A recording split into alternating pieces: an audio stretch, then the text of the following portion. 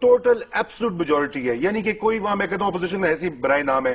اب یہ تو بہترین حالات ہے اگر سپٹمبر سے پہلے میاں صاحبان یہ فیصلہ کریں کہ وہ اس ویو کو انکیش کریں اور اپنی گورنمنٹس لگائیں لوکل لیول پہ. سپریم کورٹ انٹرونشن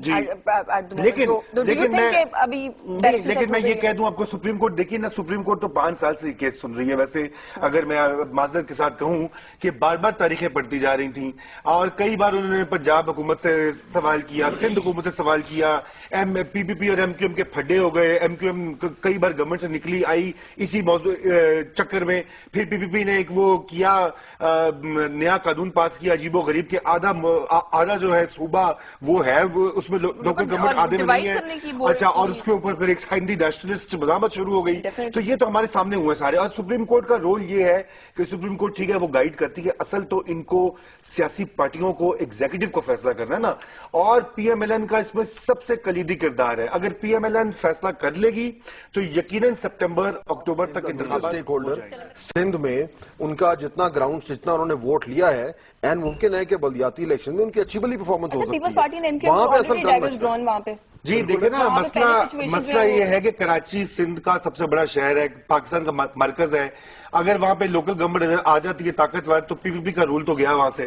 ٹھیک ہے نا، یعنی کہ وہی نالی گلی برج جو براؤنی پوائنٹس ملنے ہیں وہ ایم کیو ایم کو ملیں گے. اور پی ٹی آئی بھی وہاں پہ ایک سٹیک ہولڈر جیسے فہد نے کہا اور بہت بڑا سٹیک ہولڈر ابھر رہا ہے، اس میں کوئی شک نہیں ہے.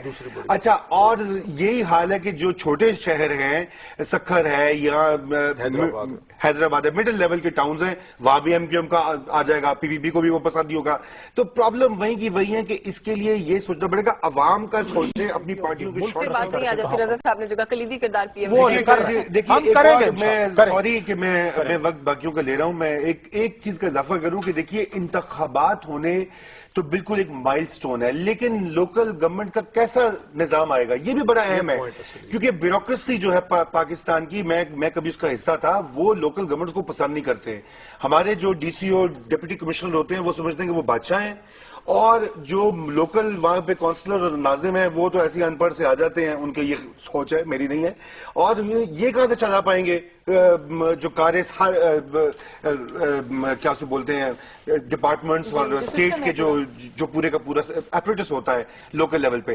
تو یہ بھی بہت ضروری ہے کہ پی ایم ایل این جو ہے میاں صاحبان دونوں جن لوگوں کو الیکٹ کر بیوروکریسی کا ان کے اوپر بڑا ہولڈ ہے. دیکھیں ان کے جو خاص مشیر ہیں، ان کے جو خاص افسران ہیں، ان کی بڑی امپورٹنس ہے پی ایم ایل این کی کچن کیبنٹ کے اندر، اور ان کے اثر کو بھی تھوڑا سا ڈائلیوٹ کرنے کی ضرورت ہے. سیاسی ہو کے سوچے. قانون سازی پنجاب میں سیاست انویسٹمنٹ اس کے پروفٹ کا نام نہیں ہے، ڈیلیوری ہوں گے نا. دیکھیں اور ہم اس کو انشاءاللہ کر کے دکھائیں گے. سر جی دیکھیں میں تو یہ کہتا ہوں کہ کوئی بات نہیں، M N A's M P S کو شوق ہے گلی محلے نالیاں بنوانے کا، وہ شوق کرنے دیں، لیکن لوکل باڈیز کا، لیکن وہ ایم این اے نہ بنے جو انہوں نے کہا سر وہ ان کو شوق ہے کرنے دیں، لیکن مقامی حکومتوں کا گلا نہ گھونٹیں. یہ نہیں ہے کہ 5 سال بند بات انہوں نے بالکل ٹھیک کیا.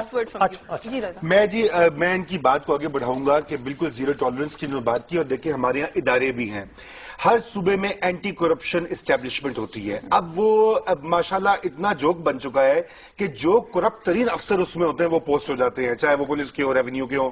اچھا، سب سے پہلے تو وہ صوبے میں موجود ہیں، ان کو کریں. یہاں پہ سارے کا سارا فوکس ہوتا ہے نیب کے اوپر، بڑے بڑے ہائی لیول کیسز کے، جی ہداری نے یہ کھا لیا، گیلانی نے وہ کھا لیا، ایف آر ڈین ہو گیا، اور نیچے تک بات آتی نہیں ہے.